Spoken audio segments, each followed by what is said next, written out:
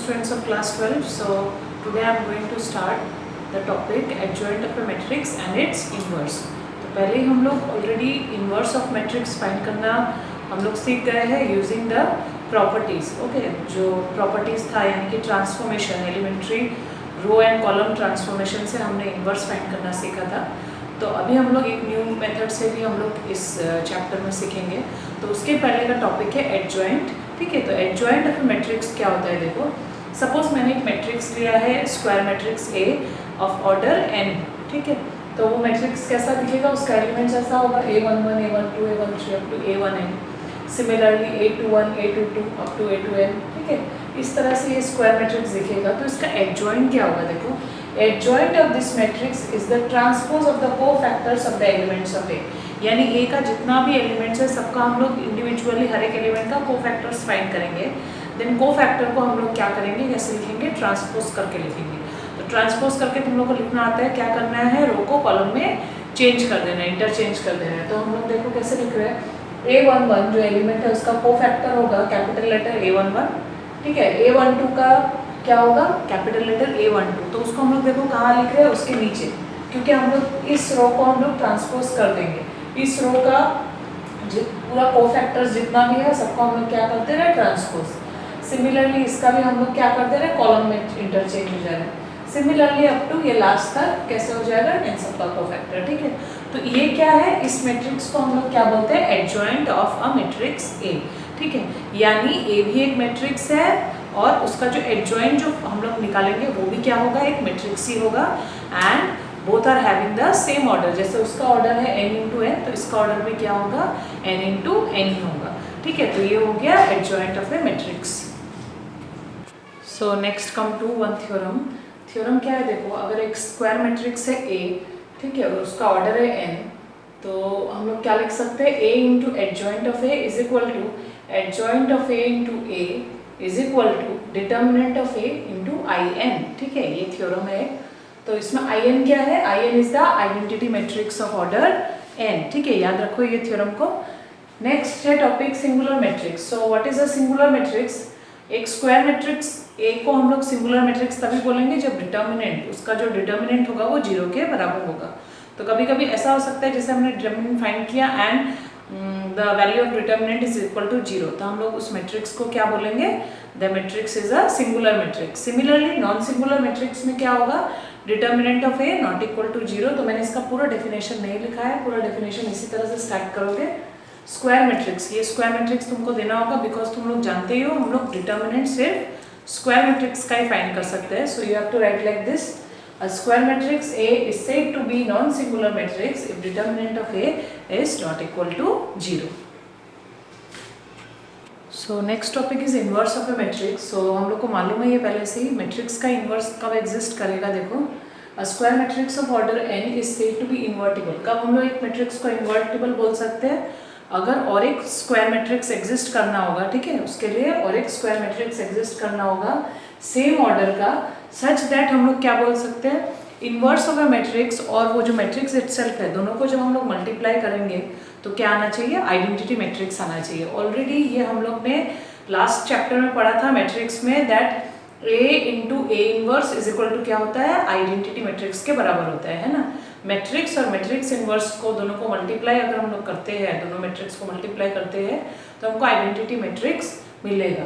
तो उसको हम लोग कैसे लिख सकते हैं, देखो, A B is equal to B A is equal to I of N. I N मतलब आई एन क्या है, identity matrix of order N. क्योंकि यहाँ ए बी मैंने वही मतलब जनरल के लिए ले रहे हैं हम लोग यहाँ पे, तो ऑर्डर एन लिया है तो आइडेंटिटी का भी क्या होना चाहिए, similar, that is order N. या फिर उसको वैसे भी लिख सकते हैं क्योंकि यहाँ पे बी मैट्रिक्स को हम लोग ए मैट्रिक्स का इन्वर्स ले रहे हैं तो उसको हम लोग ए इन्वर्स से भी डिनोट कर सकते हैं. ठीक है, तो बात सेम ही है. ठीक है, तो अभी आते हैं थ्योरम 1 में. थ्योरम 1 देखो क्या है, inverse of a matrix if it exist is unique. यानी एक मैट्रिक्स का सिर्फ एक ही इन्वर्स मैट्रिक्स होगा. अगर इन्वर्स एग्जिस्ट करता है देन एक ही इन्वर्स होना चाहिए. ठीक है, एक ही होगा. तो नेक्स्ट है theorem 2. A square matrix A is invertible. यानी एक स्क्वायर मैट्रिक्स A इन्वर्स, उसका इन्वर्स एग्जिस्ट करेगा. तब कब एग्जिस्ट करेगा, अगर A क्या है, नॉन सिंगुलर मैट्रिक्स है. तो मैंने नॉन सिंगुलर का मीनिंग तुम लोग को बताया. नॉन सिंगुलर का मतलब क्या है, डिटर्मिनेंट नॉट इक्वल टू 0, यानी अगर एक मैट्रिक्स का डिटर्मिनेंट 0 के बराबर नहीं है तभी उसका क्या एग्जिस्ट करेगा, इन्वर्स एग्जिस्ट करेगा। उस मैट्रिक्स को हम इन्वर्टिबल मैट्रिक्स बोल सकते हैं। ठीक है, तो इसका तुम लोग छोटा सा प्रूफ भी कर सकते हो। देखो प्रूफ हम लोग यहाँ से ही कर सकते हैं। ये जो हम लोग का रिलेशन था इसको अगर मैंने ले लिया और इसमें मैंने दोनों तरफ बोथ साइड में डिटर्मिनेंट अप्लाई कर दिया तो क्या होगा, देखो determinant of A B is equal to determinant of B A is equal to identity matrix का डिटर्मिनेंट। तो तुम कोई भी आइडेंटिटी मैट्रिक्स ले लो, 2 × 2 ऑर्डर का लो या तुम 3 × 3 ऑर्डर का ले लो, तो सबका तुम अगर डिटर्मिनेंट निकालोगे तो तुम देखोगे एक चीज कि दोनों का जो डिटर्मिनेंट है वो क्या आना चाहिए, क्या आएगा, वो 1 ही आएगा हमेशा। ठीक है, सॉरी, तो डिटर्मिनेंट हमेशा इसका वैल्यू क्या आएगा, 1 आएगा। तो हम लोग को यहाँ पे क्या मिल रहा है, हमेशा 1 ही मिल रहा है। इन जनरल हम लोग लिख सकते हैं, यानी n के लिए n ऑर्डर जो होगा, n ऑर्डर वाला जो आइडेंटिटी मैट्रिक्स होगा उसके लिए भी हमारा डिटर्मिनेंट क्या आएगा, 1 ही आएगा। और यहाँ पे देखो मैंने क्या लिखा है, determinant of A B is equal to determinant of A into B. तो तुम लोग ये करके देख सकते हो, कोई भी दो मैट्रिक्स अगर तुम लोगे तो उसका जब हम लोग मल्टीप्लाई करके डिटर्मिनेंट फाइंड करें या इंडिविजुअली डिटर्मिनेंट को फाइंड करके मल्टीप्लाई करें, वैल्यू सेम आता है। ठीक है, तो ये इसका वैल्यू ना सेम आएगा। तो हम लोग इसको लिख सकते हैं determinant of A B is equal to determinant of A into determinant of B. Similarly इसको क्या लिख सकते हैं, determinant of B into determinant of A, और ये किसके बराबर हो गया, 1 के बराबर हो गया। तो हम लोग को इस रिलेशन से क्या मालूम चल रहा है कि जब हम लोग ये दोनों का डिटर्मिनेंट मल्टीप्लाई कर रहे हैं तो आंसर क्या आ रहा है, 1 आ रहा है।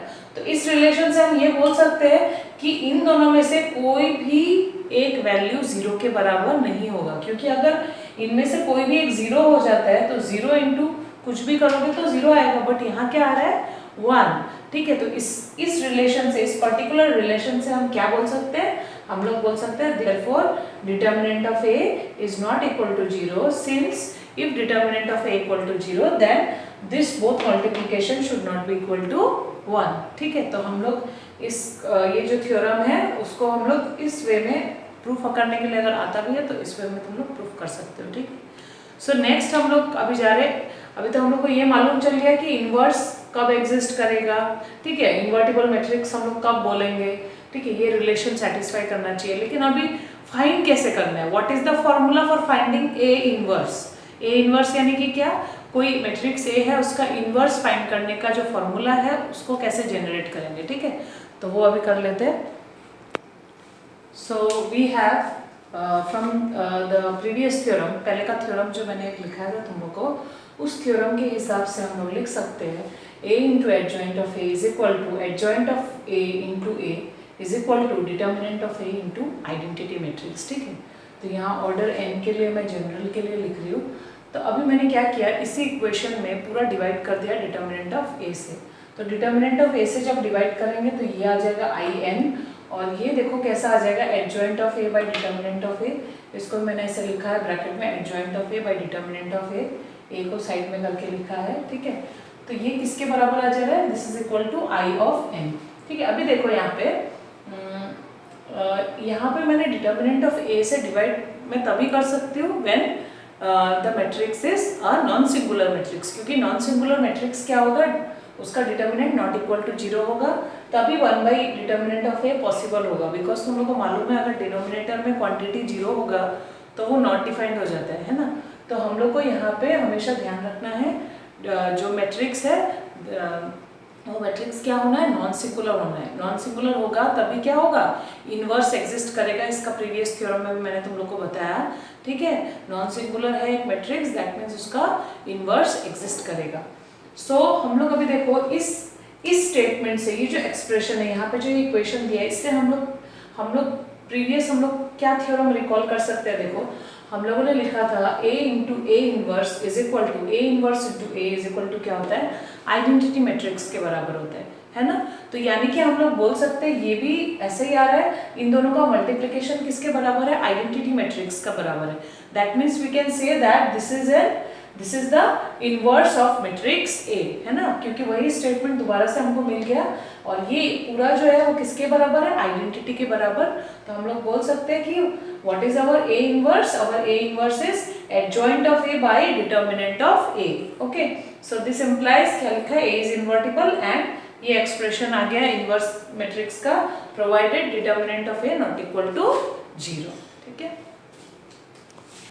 So next theorem is if A is a non-singular matrix of order n, then adjoint of A, determinant of adjoint of A will be equal to determinant of A to the power n minus 1। ठीक है, ये सब theorem generally तुम्हारा इस तरह का जैसे matrix दिया होगा तो तुमको वेरीफाई करने के लिए आ सकता है that verify that the determinant of adjoint of A is equal to determinant of A to the power n minus 1। ठीक है, ये वेरीफाई करने के लिए आ सकता है, ज़्यादा से ज़्यादा ऐसा क्वेश्चन दिया रहेगा और तुमको ये वेरीफाई करना है। ठीक है, और जब तुम्हारा एंट्रेंस एग्जाम में अगर क्वेश्चन आता है तो इसको तुम लोग कहीं भी यूज़ कर सकते हो। ठीक है, तो यहाँ से सिंपल टाइप का क्वेश्चन तुमको बोर्ड में मिलेगा, वेरीफाई टाइप अगर आता है वेरीफाई टाइप क्वेश्चन तुमको आएगा कि वेरीफाई करो ये रिलेशन सही है कि नहीं। ठीक है, तो अभी हम लोग क्वेश्चंस पे चलते हैं। तो फर्स्ट क्वेश्चन में एडजॉइंट का ले रही हूँ, find the adjoint of the following matrix. तो यहाँ पे देखो दो मैट्रिक्स है ए एंड बी, तो मैट्रिक्स का एलिमेंट्स दिया है, तुमको वेरीफाई क्या करना है। ये देखो ये थ्योरम पहले ही मैंने लिखाया था, तो ये थ्योरम को देखो वेरीफाई करना है यहाँ पे। तो सिमिलर टाइप का ऐसा भी बोल सकते हैं, इसको वेरीफाई करो।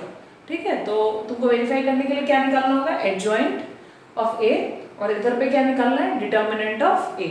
फिर दोनों तरफ हम लोग left hand side right hand side individually solve करने के बाद हम लोग देखेंगे बोथ साइड बराबर है कि नहीं।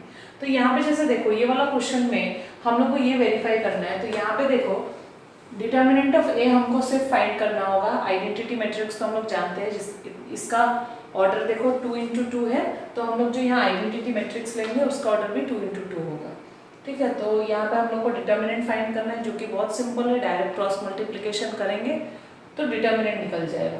नेक्स्ट देखो यहाँ ए मैट्रिक्स बिठाना है, यहाँ पे भी ए मैट्रिक्स बिठाना है जो एज इट इज है, यानी फाइनली हमको फाइंड क्या करना है, देखो एडजॉइंट ऑफ ए है हमारा, जो हम लोग को सबसे ज्यादा टाइम लगेगा निकालने के लिए। ठीक है, तो अभी रिकॉल करो एडजॉइंट ऑफ ए में हमने क्या पढ़ा था, हमको सभी का कोफैक्टर्स निकालना है। तो यहाँ पे देखो इस मैट्रिक्स में टोटल 4 एलिमेंट्स है, that means we have to find total 4 cofactors. ठीक है, तो अभी हम लोग पहला रो का जो कोफैक्टर निकालेंगे, यानी कि capital letter A11 and capital letter A12, उसको हम लोग को कैसे लिखना है, फर्स्ट कॉलम में लिखना है, यानी रो को कॉलम से इंटरचेंज कर देना है, क्योंकि हम लोग उसका ट्रांसपोज लिख रहे हैं, जैसा कि डेफिनेशन में मैंने तुम लोग को बताया था।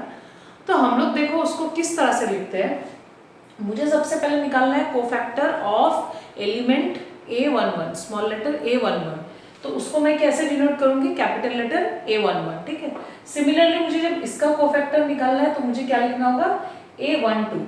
लेकिन देखो मैं इसको इसके नीचे लिख रही हूँ, इसके नीचे लिखने का मीनिंग क्या है, देखो जब हम लोग एडजॉइंट ऑफ ए लिखेंगे तो एडजॉइंट ऑफ ए का फॉर्मूला के हिसाब से क्या होता है, एलिमेंट जो है, एलिमेंट का कोफैक्टर्स जो है उसको जो रो में है वो कॉलम में इंटरचेंज हो जाएगा, तो हम लोग उसको फर्स्ट कॉलम में लिखेंगे। तो मुझे क्या लिखना होगा, A11 A12। तो अगर तुम लोग इस तरह से लिखते हो इसके नीचे तो गलती होने का चांसेस क्या होता है, कम रहता है।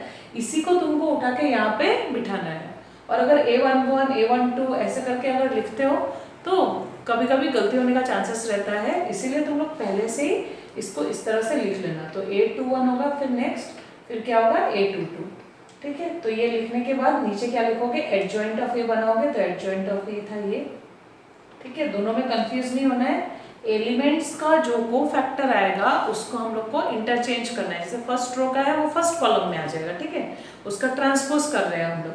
तो अभी देखो 1 1 1 1 यानी फर्स्ट रो फर्स्ट कॉलम, तो फर्स्ट रो फर्स्ट कॉलम का जो एलिमेंट है वो सब छोड़ दो, तो फर्स्ट रो में ये सब एलिमेंट है, ये फर्स्ट कॉलम में है, सबको छोड़ दिया तो क्या मिला 7। तो हम लोग कैसे लिखते थे, -1 टू द पावर 1 + 1 इंटू क्या हो जाएगा 7। तो ये तो मालूम ही है, क्योंकि पावर जो है वो ये सबस्क्रिप्ट को प्लस करने से आता है, तो ये 2 है, इवन नंबर है, तो इवन नंबर होने से क्या हो जाता है, ये पॉजिटिव हो जाता है। तो हम लोग डायरेक्टली क्या लिख सकते हैं, डायरेक्टली हम लोग लिख सकते हैं 7। सिमिलरली A12 क्या है, फर्स्ट रो सेकंड कॉलम, तो फर्स्ट रो सेकंड कॉलम को छोड़ दोगे तो ये फर्स्ट रो है और ये सेकंड कॉलम है, इसको छोड़ दो तो बचा कितना 5। तो यहाँ हम लोग लिखेंगे 5, लेकिन देखो यहाँ पे सबस्क्रिप्ट प्लस करने से ऑड नंबर आता है, तो -1 का पावर ऑड यानी कि माइनस साइन आएगा। ठीक है, तो इसी तरह से हम लोग बाकी सारा भी लिख लेते हैं। तो बाकी सारा में तुम्हारा सेकेंड रो फर्स्ट कॉलम को छोड़ दोगे तो 4 आएगा, तो यहाँ -4 लिखना होगा। सेकेंड रो सेकेंड कॉलम को छोड़ दोगे तो क्या आएगा, 3 आएगा। तो यहाँ पे ये एलिमेंट्स को अभी हम लोग बिठा देंगे। तो देखो बिठाना कितना इजी है, 7 के नीचे -5, फिर उसके बाद -4, उसके नीचे 3। तो ये देखो एडजॉइंट ऑफ ए मिल गया। अभी हम लोग क्या करेंगे, इसमें वैल्यूज को पुट करेंगे और इसको देखेंगे कि वो डिटर्मिनेंट ऑफ ए इंटू आई के इक्वल है कि नहीं। ठीक, तो मैंने देखो उसके बाद क्या किया, डिटर्मिनेंट ऑफ ए मैं निकाल रही हूँ। ठीक है, उसके बाद मैं सबसे पहले ये पार्ट को फाइंड करूंगी। ठीक है, उसके बाद मैं ये वाला को फाइंड करूंगी, then determinant of A into I को फाइंड करेंगे। फिर तीनों को हम लोग देखेंगे तीनों इक्वल है कि नहीं। ठीक है, तो तुम लोग ये वाला क्वेश्चन नोट कर लेना, नंबर 2 क्वेश्चन तुम लोग खुद से करना है इसको, और इसको वेरीफाई करना होगा तुमको। ठीक है, हेंस देखो हम क्या बोल सकते हैं, हमने पूरा वेरीफाई कर लिया है। देखो पहले A into adjoint of A find किया, तो ये ऐसा मैट्रिक्स आ गया, आइडेंटिटी मैट्रिक्स बोल सकते हो, है ना। Similarly adjoint of A into A, यानी उल्टा करके इसको हम लोग ने निकाला तो ये इतना आ गया। तो ये किसके इक्वल आ गया, देखो डिटर्मिनेंट ऑफ ए आया था 1, so 1 into this identity matrix that should be equal to what, again I. तो देखो ये तीनों सेम है, तो हम लोग बोल सकते हैं all are equal, therefore it is verified. Okay, तो देखो नेक्स्ट क्वेश्चन है, find the inverse of this matrix, also verify your answer. सबसे पहले इनवर्स फाइंड करेंगे, तो इनवर्स का हम लोग को मालूम है फॉर्मूला क्या था, ए इनवर्स हमको कितना मिला था, adjoint of A by determinant of A. तो यही मेन है, हम लोग को फाइंड करना है। डिटर्मिनेंट ऑफ ए तो फाइंड हो जाएगा इजीली। ठीक है, तो तुम लोग जो भी हो कोई भी पहले निकाल सकते हो। वैसे मेरे हिसाब से डिटर्मिनेंट ऑफ ए हम लोग को पहले निकालना है, क्योंकि see if determinant of A is equal to 0, अगर वो कभी 0 हो जाता है तो हम लोग का एडजॉइंट ऑफ ए निकालने का कोई मतलब ही नहीं रहेगा। ठीक है, तो सबसे पहले हम लोग क्या फाइंड करेंगे, डिटर्मिनेंट ऑफ ए फाइंड करेंगे। ठीक है, उसके बाद क्या करेंगे, एडजॉइंट ऑफ ए फाइंड करेंगे। तो एडजॉइंट ऑफ ए फाइंड करने के पहले देखो हम लोग को एलिमेंट को, मतलब एलिमेंट का कोफैक्टर को किस तरह से लिखना है। तो हमेशा देखो कोफैक्टर को इस तरह से लिखना है, मैंने प्रीवियस क्वेश्चन में बताया था तुम लोग को, a11 के नीचे a12, फिर a13, इस तरह से a21, a22, a23, a31, a32, a33। फिर सबका कोफैक्टर्स फाइंड करने के बाद तुम एडजॉइंट ऑफ ए का जो फॉर्मूला होगा उसमें सीधा सीधी इसको फर्स्ट कॉलम में, इस पूरा को सेकेंड कॉलम और इसको पूरा को थर्ड कॉलम में इजीली बिठा सकते हो। ठीक है, तो मैं एक क्वेश्चन करके दे दे रही हूँ तुम लोग को। तो देखो पहले क्या किया, डिटर्मिनेंट ऑफ ए फाइंड किया, उसके बाद देखो कोफैक्टर किस तरह से फाइंड किया है। ठीक है, कोफैक्टर्स को फाइंड करने के बाद एडजॉइंट ऑफ ए का फॉर्मूला लिखने के बाद उसमें हम लोग वैल्यूज को बारी बारी से पुट कर देंगे। और पुट करने के बाद हमको ए इनवर्स निकालना है। So using the formula of A inverse, that is adjoint of A by determinant of A, we can write 1 by determinant of A क्या हो जाएगा, 1 by -3 into adjoint of A का जगह वो मैट्रिक्स मिल जाएगा। ठीक है, आ जाएगा। तो मैट्रिक्स को हम लोग लिख दे रहे हैं। अभी क्या बोला था और क्या बोला है, ऑल्सो वेरीफाई योर आंसर। तो वेरीफाई हम लोग कैसे कर सकते हैं, देखो हम लोग को मालूम है कि ए इनवर्स इंटू ए क्या होता है, आई होता है, या फिर बोल सकते हो ए इंटू ए इनवर्स क्या होता है, आई होता है।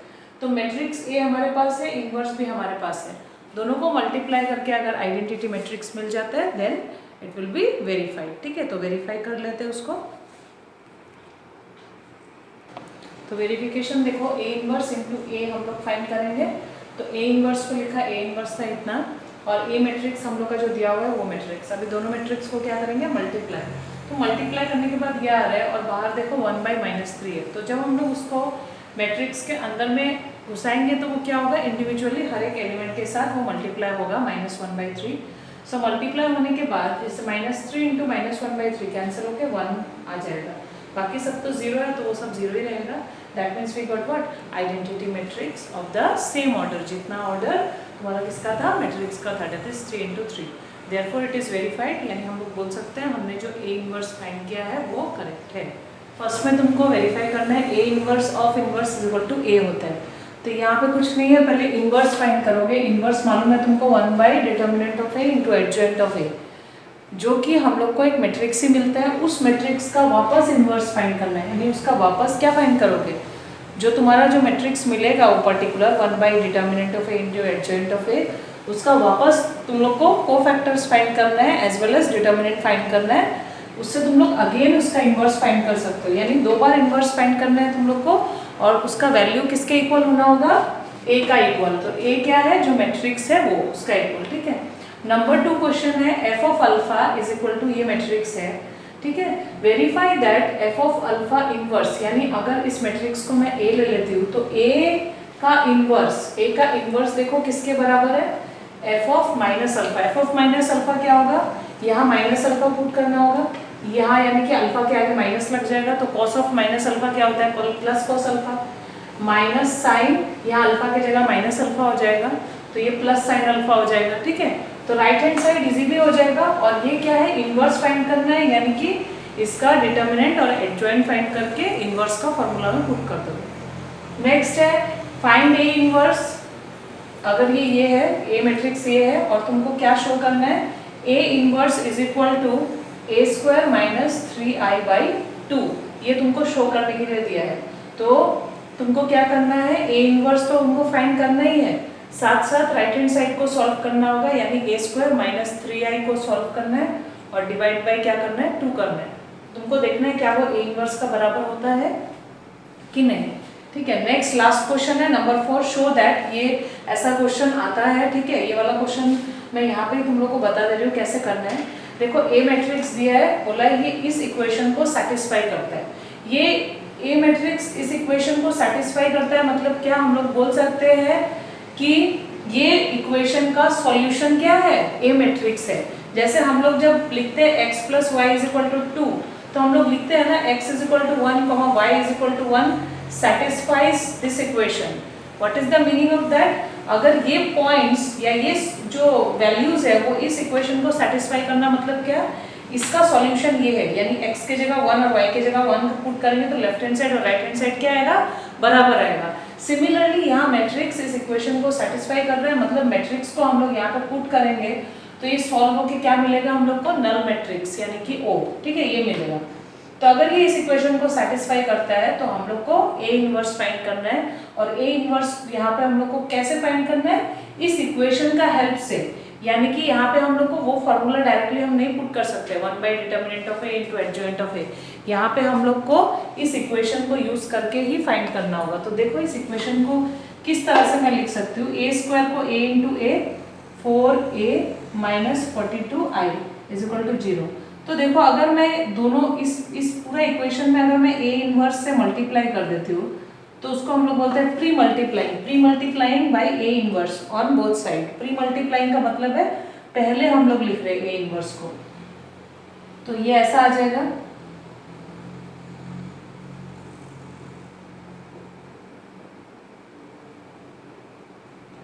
तो नल मैट्रिक्स के साथ तो कोई भी मल्टीप्लाई करो वो नल मैट्रिक्स ही आएगा। फिर देखो ए इनवर्स इंटू ए क्या होता है, आई होता है, तो ये आ जाएगा आई, तो आई इंटू ए, और आई इंटू ए तुम लोग को मालूम है वो फर्दर क्या हो जाएगा, वो फर्दर क्या आ जाएगा, ए ही आ जाएगा, plus 4a inverse into A inverse into A अभी तुम लोग को मालूम नहीं है वो क्या होता है, आई होता है, माइनस 42a इनवर्स इंटू आई, तो तुम ए इनवर्स को आई से मल्टीप्लाई करोगे तो क्या मिलेगा, ए इनवर्स अगेन मिलेगा, तो 42a inverse is equal to क्या मिल गया, नल मैट्रिक्स। तो यहाँ से देखो तुम्हारे पास मैट्रिक्स ए है ही, तुमको आइडेंटिटी मैट्रिक्स मालूम नहीं है, तुमको फाइंड क्या करना है, ए इनवर्स। तो यहाँ से देखो हम लोग क्या लिख सकते हैं, हम लोग लिख सकते हैं 42a inverse is equal to a plus 4i minus null matrix, और नल मैट्रिक्स को नहीं लिखने से भी हो जाएगा, ठीक है। तो ये a इनवर्स कितना मिल गया, a इनवर्स मिल गया a plus 4i by what 42। तो तुम मैट्रिक्स ए को पुट कर दो यहाँ पे, आइडेंटिटी मैट्रिक्स जो है वो क्या होगा, सेम ऑर्डर का होगा, उसको पुट कर दो, सॉल्व करो और 42 से डिवाइड करोगे तो क्या मिलेगा, ए इनवर्स, ठीक है। तो ये यहाँ पे हम लोग ए इनवर्स किसका हेल्प से निकाल रहे हैं, using this equation, why, because this is the solution of what, this equation, ठीक है, इसीलिए हम लोग इसके हेल्प से ए इनवर्स को फाइंड कर सकते हैं, ठीक है। तो आज के लिए होगा इतना, ठीक है। तो तुम लोग इसको बुक से भी प्रैक्टिस करना है, जितना मैंने क्वेश्चंस दिया है वो तो ठीक है, लेकिन बुक का क्वेश्चन को तुम लोग सॉल्व करो, प्रैक्टिस करो, ठीक है।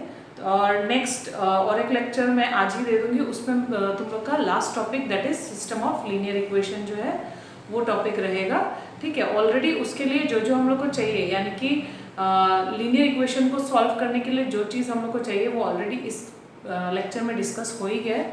तो नेक्स्ट लेक्चर में मैं कुछ डेफिनेशन में देके उसके बाद क्वेश्चन सॉल्व करूँगी, ठीक है। तो होगा आज के लिए, थैंक यू।